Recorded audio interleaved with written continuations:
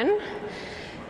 Welcome to day 2. I'm Hillary Crow. I lead the Civic portfolio at the U.S. Chamber of Commerce Foundation, and I'm thrilled to be here with you today.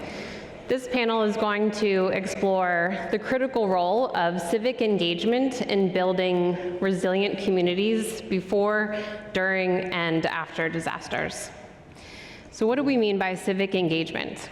Really, it's about the active participation of community in public affairs, right? It's fostering a sense of responsibility and collaboration toward common challenges, which are really essential in, preparedness, response, and recovery efforts.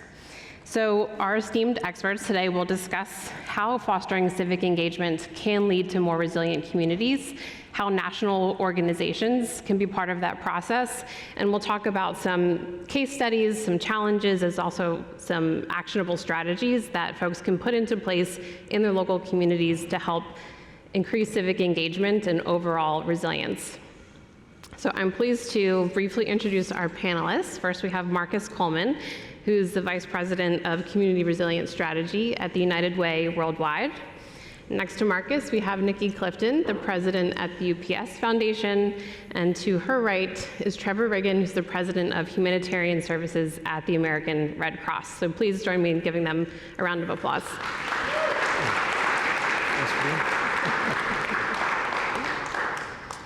All right, so our first question is about engaged community members, and this is for everyone. As I've already hinted at, effective disaster preparedness really hinges on community involvement. So how do each of you collaborate with community members and leaders before disasters to help ensure their engagement and that there's good collaboration on the ground in advance? Well, thank you for the question, and thank you for having me. I actually need everyone's help for this part because it demonstrates, I think, exactly what many of us try to do. So if everybody can please stand. Now, I'm not a minister, this isn't church, but if you can all put your hands up in the air like this for me, please. Go like this. First thing we do is we shake hands. So thank you all for being here with me. So United Way Worldwide, we're entering our second century of service. And one of the things that we literally have to do, I think we often talk about this, is shaking hands and meeting people long before incidents occur. Every day, one of our 1,100 United Ways is helping people meet essential needs for immediate crises. So we think about rental assistance, tax preparation, but also working with partners like the American Red Cross, Salvation Army, and other members of the National Voluntary Organizations Active in Disasters, coordinate and organize on how our shared capabilities can come alongside private sectors and governments to meet the needs of others.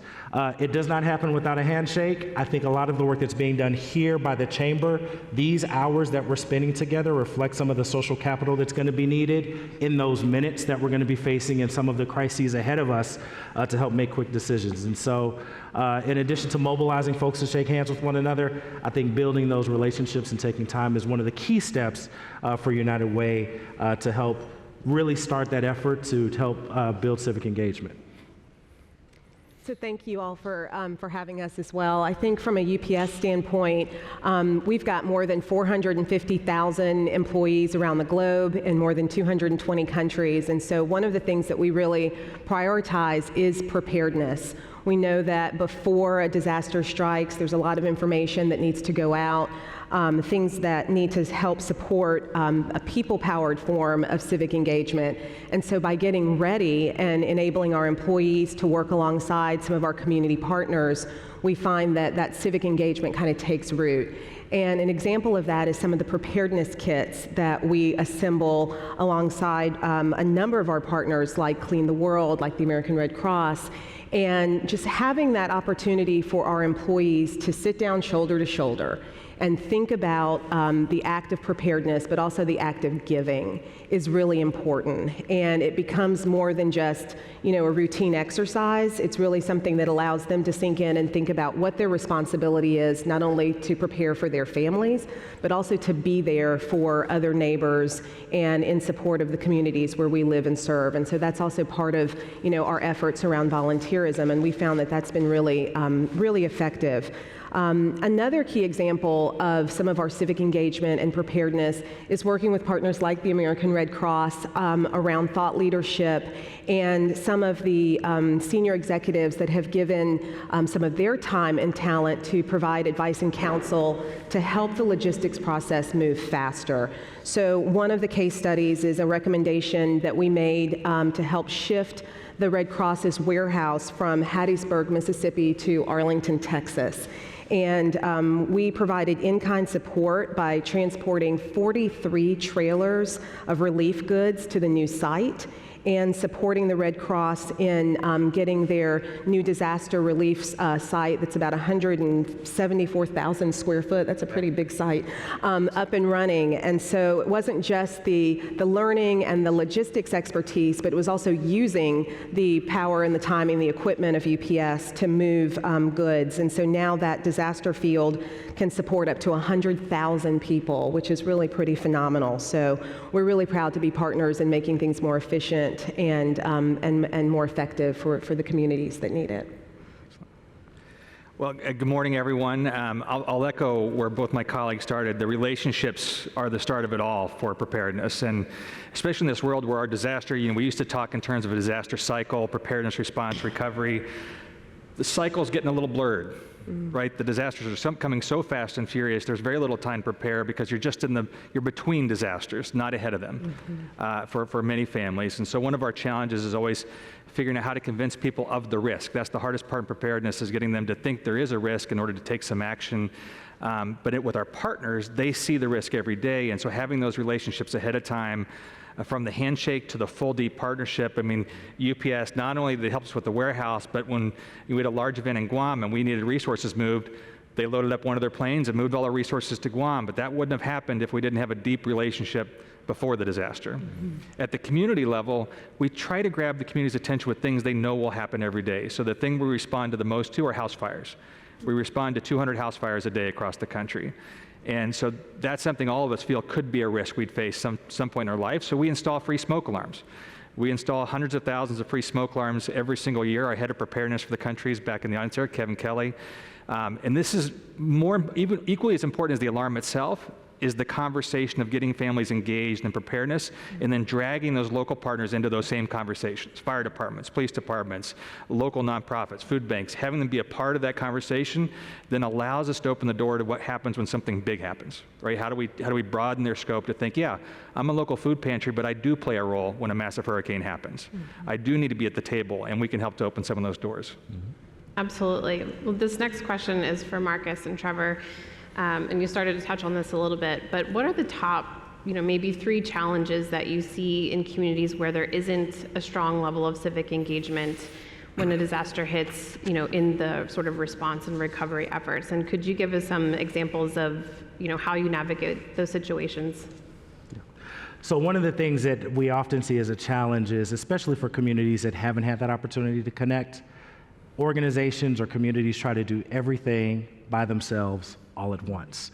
And what that often means is that it's wasted time and opportunity for people to do the things that they do best. In Clinton, South Carolina, for example, we had a local United Way that was, before the disaster, Tropical Storm Helene, building a community garden, building an outdoor fitness center, building some of those third spaces for communities to connect. When the balloon goes up, the thing they immediately knew is that they couldn't take on the work of shelter operations, because that's the Red Cross. They couldn't take on the work of logistics. They couldn't take on certain roles. And so really trying to make sure that we are helping to come alongside communities that didn't expect to show up on the other side of a hurricane or an earthquake or a tornado is challenge 1. I'd say the second challenge is a little bit on the preparedness side. Unfortunately, in the nonprofit space, I think, Trevor, you would agree, we spend a lot of time together that's not dictated by a meeting. We know that it's necessary. And unfortunately, when we start talking about public-private partnerships, we're lucky to have partners like the UPS Foundation and the Chamber, because they will take the time that we need as nonprofits to be embedded in community, to share and understand community knowledge. And just being able to sit on the side of a challenge for 10 minutes longer than I think is comfortable for some is a really important thing that we need to continue to overcome. Yeah, I completely agree. And one of the things I'd say is I've yet to see a community that doesn't have some strength in community resilience. It just may not be apparent in the way we think about it. So you go to a community in Southwest Louisiana, they see hurricanes all the time, so they know how to run, they know how to operate in that environment. They're very used to the terminology, the ways you have to apply for assistance. I live in northern Maine. When we had that horrible shooting in Lewiston, they'd never gone through that before.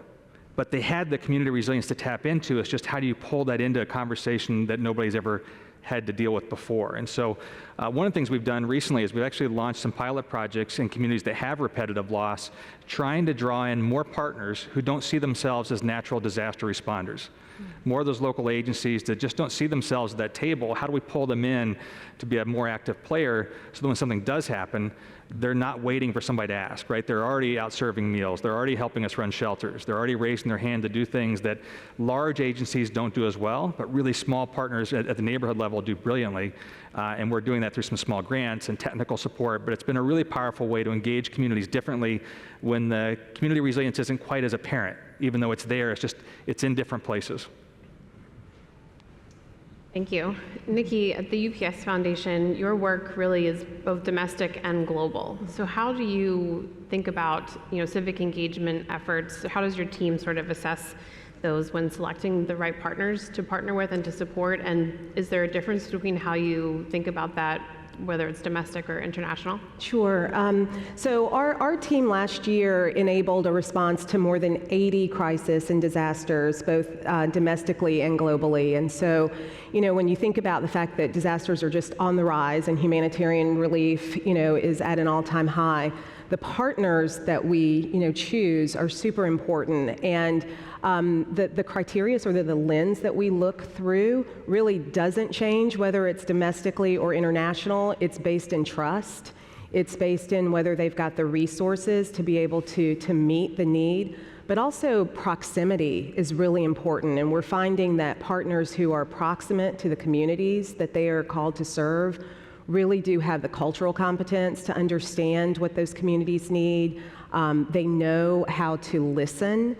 And we get a lot of feedback around whether the partners showed up in the way that our employees, because our employees are living in these communities a lot of times, the businesses that run their packages through our logistics network, they know who has come to their assistance, and they give us that feedback around whether the nonprofit partners listened, did they show the amount of empathy, dignity, and respect, and also were they well positioned to help. And we do solicit that feedback. So what's really important to us is folks that are experts in the field, that have flexibility and agility, and can really move at the speed of the emergency and really be proximate to the communities and leave them with dignity. That makes perfect sense. I think trust is a very common theme, today and across this conference and just across community resilience and strength overall. So another question for all of you, this one's around best practices. What best practices have you sort of implemented and found most effective both during and after disasters? And then how does civic engagement play into those best practices? So nationally, I think public-private partnerships has helped us accomplish a really important best practice. UPS Foundation generously hosted a national disaster recovery convening in February where Red Cross, Salvation Army, United Way, others, under the umbrella of the National Voluntary Organizations Active in Disasters, got together to look at what best practices and opportunities can we have to shorten the disaster recovery timeline for survivors. And so I think part of what I learned from the national investment of that public-private partnership is, one, recognizing that everybody has their own content subject matter expertise, but you have contextual subject matter experts as well. We had a few mutual aid groups join us during that convening, and one of the things that they talked about is that one of the things that we should all appreciate, especially when we're going into communities as invited guests, is that oftentimes the survivors and the people that we're working alongside, they are now their own contractor, their own insurance adjuster. I don't know how many people have applied for the FEMA disaster assistance process in the past. It is not fun. And so having those organizations, those entities that might have that content subject matter expertise, it's really important to align it with communities that know communities well, and then recognize, right, that there needs to be some strategic investment in the long term. I know United Way alongside the Red Cross is doing continued investment in many communities across the country, but I think having those national convening opportunities like the one here is critically important. At the local level, I think one of the best practices that I continue to be impressed by and see from many nonprofit and community-based organizations is not having such a big ego that your way is the right way. And so we work with several faith-based organizations, the Presbyterians, Lutherans, Muslim, Buddhist, Suchi, and others. And what we recognize is that in that space, you have multi-faith partners that are not setting aside their faith, but connecting through their shared commitment to service and using that as the mechanism to figure out who can do the feeding, who can provide provisions in the short term, who's going to be with that family to help rebuild it in the long term. I think that no ego, no blame, something that came up in yesterday's conversation led by Professor Marcus, is a good example of a best practice that helps all of us in times of crisis when, right, there's a lot of hard, fast decisions that need to get made, but we may not always have the luxury to determine how that's going to play out.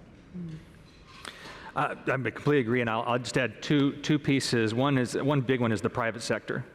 And I think about, one of the challenges for these really big events, which we're having more and more of every single year, the private sector plays an enormous role. They obviously play a role in fundraising, right? We need to fund our operations. Our funds all come from donations and major disasters, so the private sector plays a huge role there. But even more important is the role you play in expertise, much like UPS did to help us figure out our logistics challenges. We see that in almost every event where some of our biggest corporate partners are stepping up to offer us advice, resources, tools. They're jumping in, and it's not just great big companies, right? It's community-based companies that are jumping in to serve their communities as well. The other piece, the lesson learned, is zip codes really matter, right? Local is always best. And so leaning on that when we can to say, okay, how can we make sure more of our volunteers are local? How can we make sure more of our partnerships are local? Because these disasters are becoming extended operations. You can't just move in and move out, right? You really need to be present in the community, understanding how they operate to the point of it's not a cookie cutter, right? You've got to adapt to each community. What we did in Los Angeles for the fires was very different than what we did in Lahaina for the fires in Hawaii, and it was necessary for us to do that. But it was all based on understanding what it means to go through a disaster in that community and talking to the local partners. And so that's a huge shift from what I think we were maybe a decade ago as a sector, where it was kind of move all the resources in as fast as we can, really try to lean on those local relationships and local agencies to help us understand how to do it the right way. Mm-hmm. Two things come to mind for us at UPS. I was thinking about the response to the wildfires, and something that we learned was that we really need to educate our employees and the community at large about how to responsibly donate, and that as a large employer, we can really get that message out, because the first instinct is, to do the collection drives and to clear out your closets and to send the teddy bears and all of the things that you think the community is going to need. And what we ended up finding out was that for a lot of the smaller nonprofits, especially in Altadena and some of the surrounding areas, that they just didn't have the ability to store all of those things that were nice but not necessary in the moment. And so UPS was actually called in to remove a lot of things that people had donated. And I was shocked at first that was the call of the community. They said, we need you to truck some of this stuff out of here and figure out how we can make the processes more streamlined, because we don't have people coming in asking for, a size 12 tennis shoe or all of the things that, are sort of nice. And so we educated the community about how, one, to give cash, and to find the organizations that were local that they trusted, and then two, to really make sure that as they were doing those collection drives, that they were asking those nonprofits, is this what you need? So that you weren't creating sort of this disaster within a disaster, because at the end of the day, I think everybody is really well intentioned, but as a company, you can help to educate your employees about how to donate responsibly. The second thing as a large corporation, and businesses can do this, I think, really well, is using your power to convene and to create an opportunity for the nonprofits to be able to talk and get in a room together and get to know one another and use those opportunities for shared education and shared relationship building. A lot of times I think businesses think that that's just naturally occurring because it's what we do in our space, but we've convened a number of opportunities and we've been really surprised at how much of a thought starter it is for the nonprofits, but also how they don't necessarily have the luxury of thinking about how to get together, and taking the time to do that because their first priority is actually responding. And so if, as businesses, you're able to create that and host in the environment to create an opportunity for the nonprofits to get together and think about how to do their work in a more coordinated capacity, it's really value add. Thank you. So this is another one from Marcus and Trevor. We talked earlier about sort of how you engage with communities before disasters. I'm curious, after it has hit and the recovery efforts have gone into effect and maybe the community is rebuilding and recovering, what are some of the things that you're doing with them on the ground sort of in between and to sort of keep, to build better preparedness maybe for the next time, or to just keep them engaged and really deepening those collaboration efforts across their communities? I'm happy to start. So I mentioned earlier we have these pilots, and this is something we're now kind of the next phase. How do we take this to the rest of the country? So we saw in 2016, we saw this incredible hockey stick, right? We saw this jump in disasters in 2016 where we saw the acceleration both from an intensity standpoint and a pace.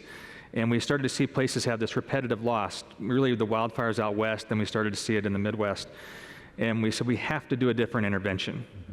What we're doing now is we're just going back and repeating the same thing every time, and we're seeing the community just get a little bit degraded every time we go back.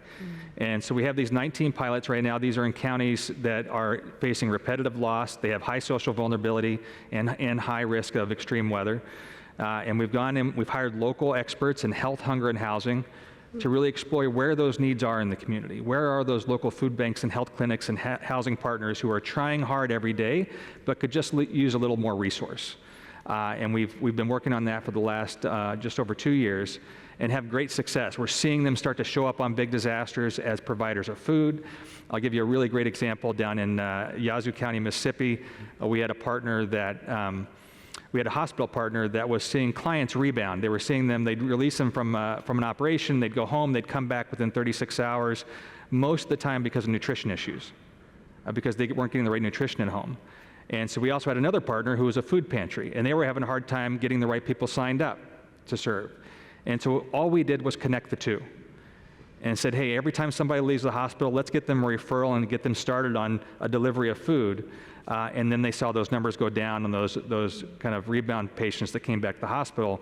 That's not quite our space, but we tried to help them see as in a disaster, we see that population explode, right? We see that type of need explode. So now the goal is how do we make sure they're both engaged when that disaster strikes, so we give them a little bit of funding, a little bit of technical expertise.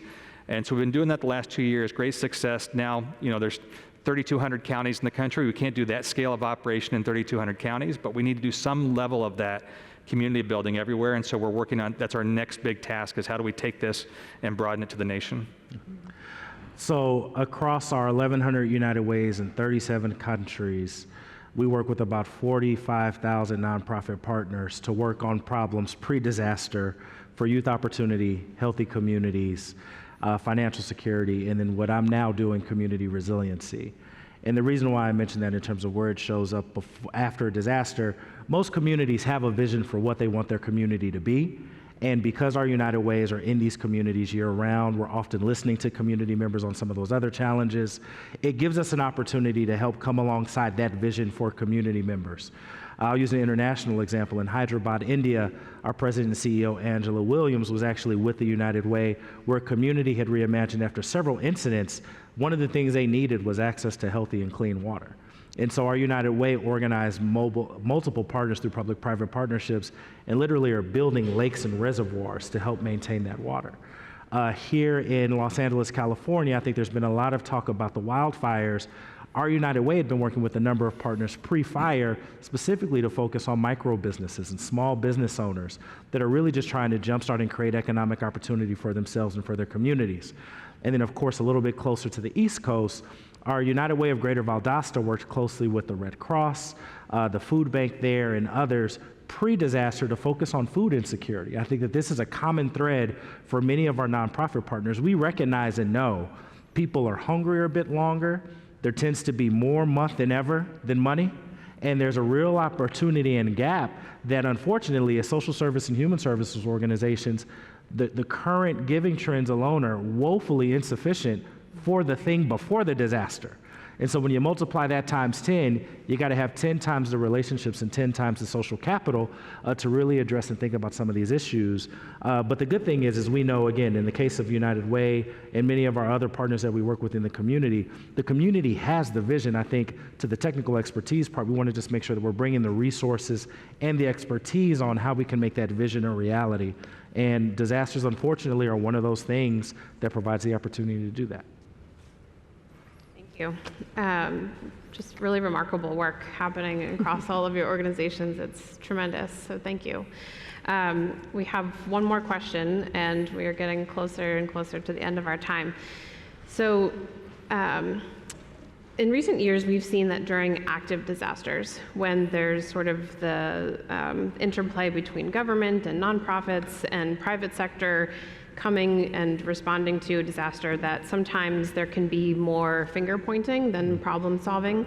So the question is sort of how as we as a whole community, how can we build greater civic resilience or community resilience in a way that ensures clarity in terms of roles and responsibilities and effective collaboration during that response time? It's a big question. Yeah. It's a good question. I'll share that one of the things I see is, a lot of what we see is the negative. We don't see the positive, right? And there is a lot of positive happening in these disasters. I mean, there are signs of hope everywhere. I'll give an example from Southern California, from Los Angeles. Tremendous partnership between 211, Airbnb, and the Red Cross to make sure every family that was unhoused and was trying to find placement, we had digital caseworkers who were out there working through 211 and partnering with Airbnb to find solutions for thousands of families. That wasn't on the headline anywhere. Mm-hmm. But it's a great story of collaboration. We weren't elbowing each other the way. We weren't trying to figure out who'd be the face at the top of this effort. It was all about getting to the solution for thousands of families that lost their homes. That is happening in every single disaster, whether it's in Helene in North Carolina or Mitch in Florida. It is something we see. I think part of our responsibility as both the public and private sector is to tell those stories, right? To make sure those stories are being told, that people can see that, because the negative stories create as much trauma as anything else for the families who are suffering. If all they think is bad, they're going to assume that's all true, when there is actually a lot of resources coming in and a lot of people trying to help. And we need to make sure the communities can see that.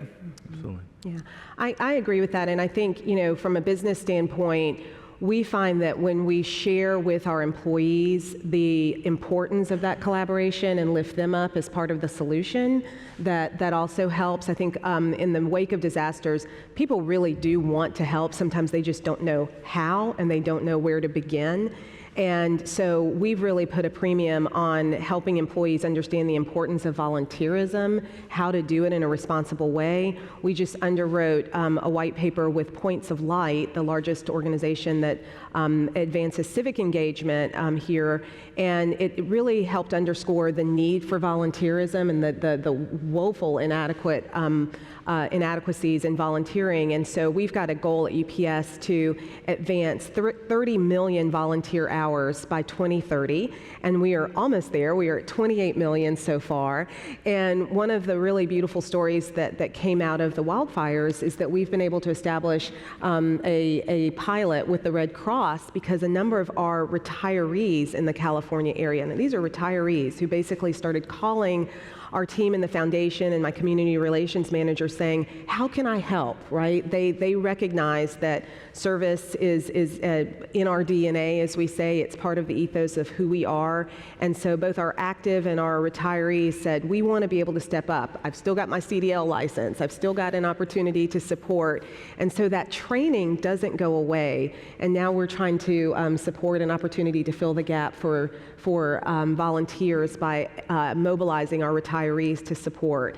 And so I think in terms of how you try to quell the negativity, it's about lifting those positive stories, and by showing people in advance what they can do, creating the storytelling around it, frankly rewarding people for doing the right thing. At UPS, we allow our employees to volunteer through a number of ways, but we also reward it by providing $250 in their giving bank for every 50 hours that they volunteer. So if they're not able to write a check, we have a program called Dollars for Doers that really enables them to support the agencies, whether it's a United Way, local United Way, or whether it's a Red Cross or something else that they care about. And then we match those grants. And so that's another way that we can demonstrate, here's what we expect of you as a UPSer, and here's how you can best serve the community.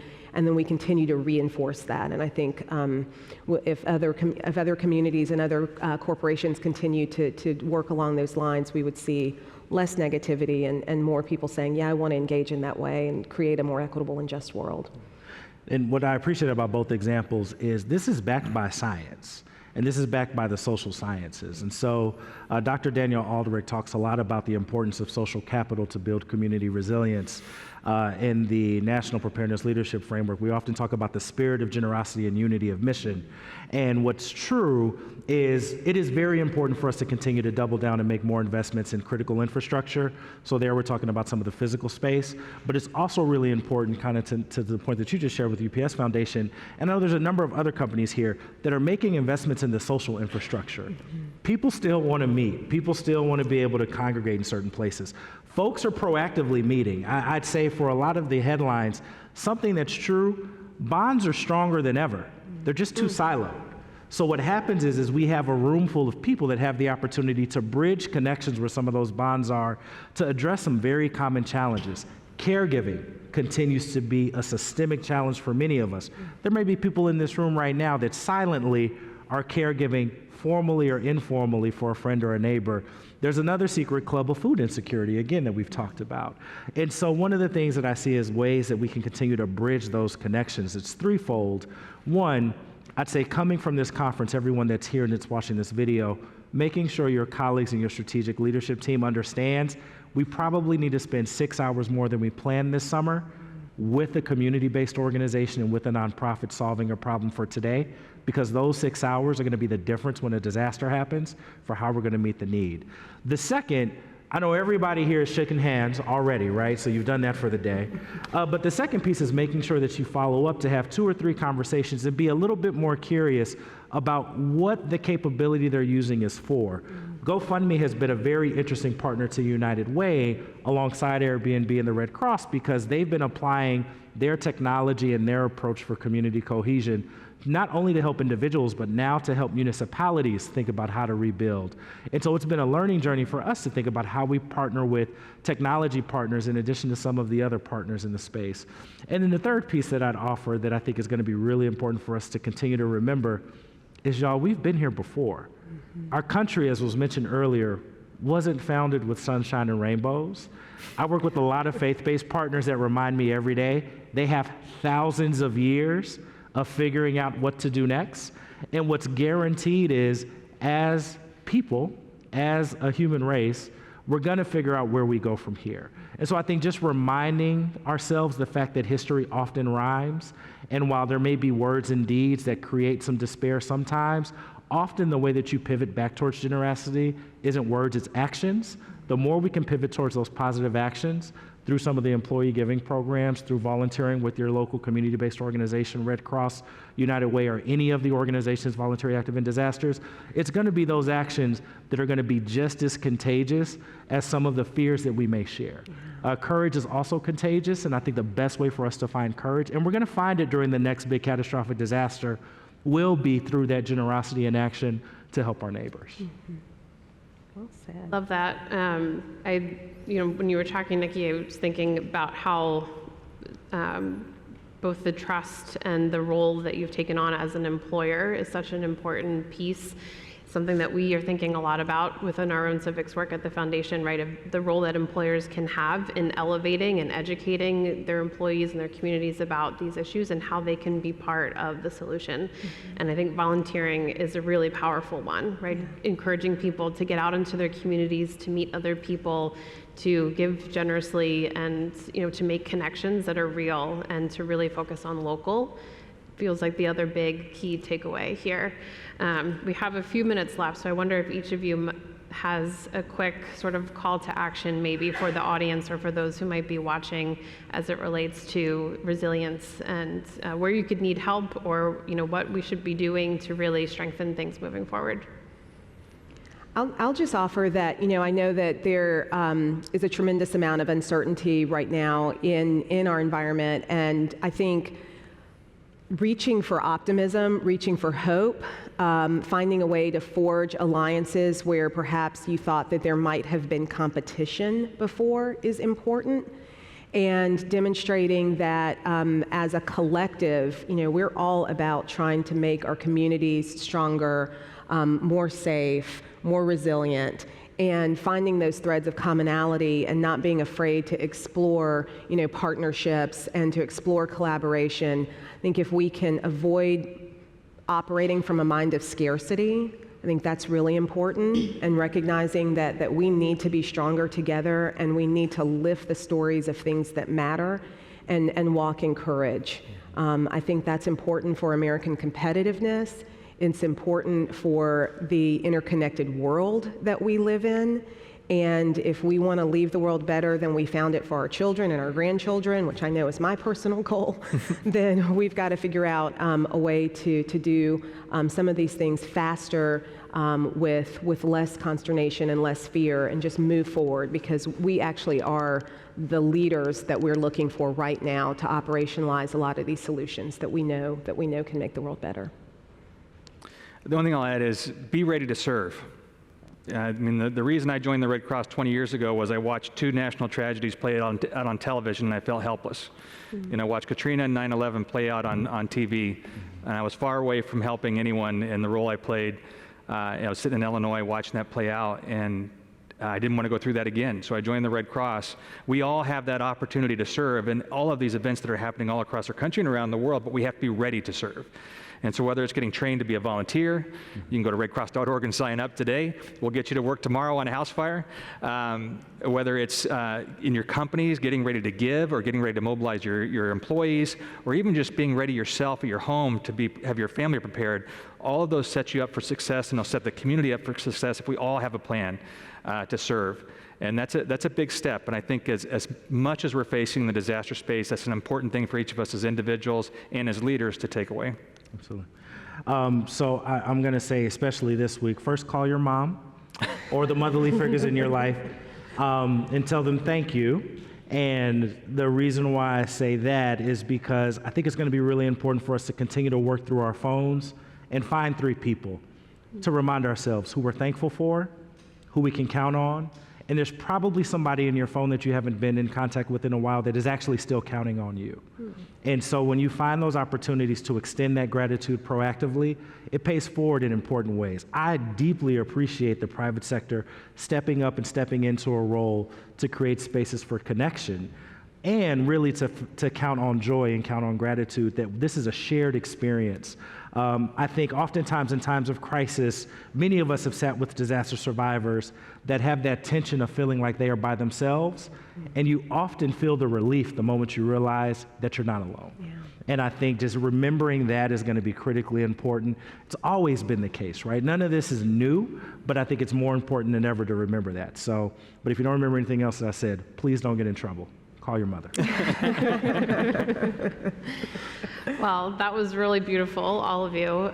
So hope, optimism, be ready to serve, be generous, and focus on what's happening in the local communities, because there's a lot of inspiration and good collaborative work happening, and we just need to elevate that and build on that for an even stronger future. So thank you so much. Please give our panelists a round of applause.